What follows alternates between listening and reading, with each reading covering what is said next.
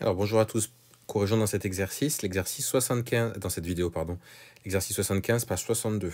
Alors vous savez que UN est géométrique, vous connaissez U2, vous connaissez U4, et on vous demande déjà pour commencer de dire si U0 ça fait moins 486. Alors déjà on va essayer de dire ce qu'on sait. On sait que UN est géométrique, ça veut dire que UN on peut l'écrire Q puissance N fois U0, ça c'est le cours. Ça veut aussi dire que UN est égal à UP fois Q à la puissance N moins P. Ça aussi, c'est le cours. Alors, on va plutôt utiliser cette formule-là, non pas parce qu'on ne pourrait pas utiliser celle-ci, hein, on connaît U0, mais parce que j'ai envie d'utiliser celle-là. Voilà.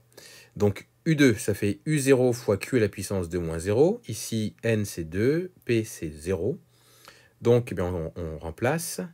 Ça donc fait U0 fois Q à la puissance 2. Alors, on vous dit que U0, est-ce que ça fait, on vous demande si ça fait moins 486. Et bien, on va imaginer que ça fasse moins 486. On dit, ben voilà, si U0, ça fait moins 486, ça voudrait dire donc que U2, 54, est égal à Q au carré, c'est ce que j'ai marqué ici, fois le U0, c'est-à-dire moins 486.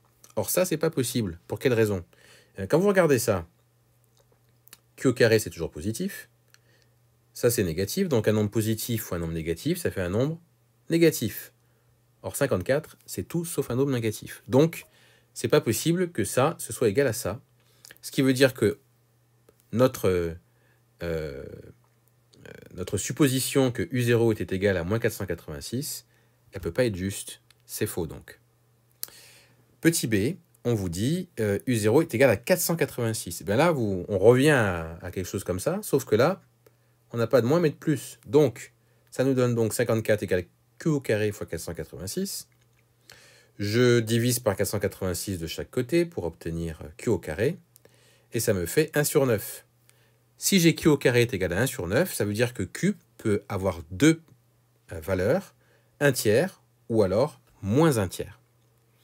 Donc, en fonction de ce que l'on prend comme raison, on peut tout à fait avoir U0 est égal à 486. Dans tous les cas, ça c'est possible. Donc, pour le petit b, c'est vrai. Le petit d, maintenant, maintenant qu'on connaît U0, U0, on dit que c'était 54. Non, ça, c'était U2. U0, ça fait 486, voilà. On connaît la raison. La raison, c'est 1 tiers, mais on peut aussi écrire moins 1 tiers, et on va faire les deux possibilités, puisqu'elles existent. Et donc, on va utiliser cette formule-ci pour répondre à la question C.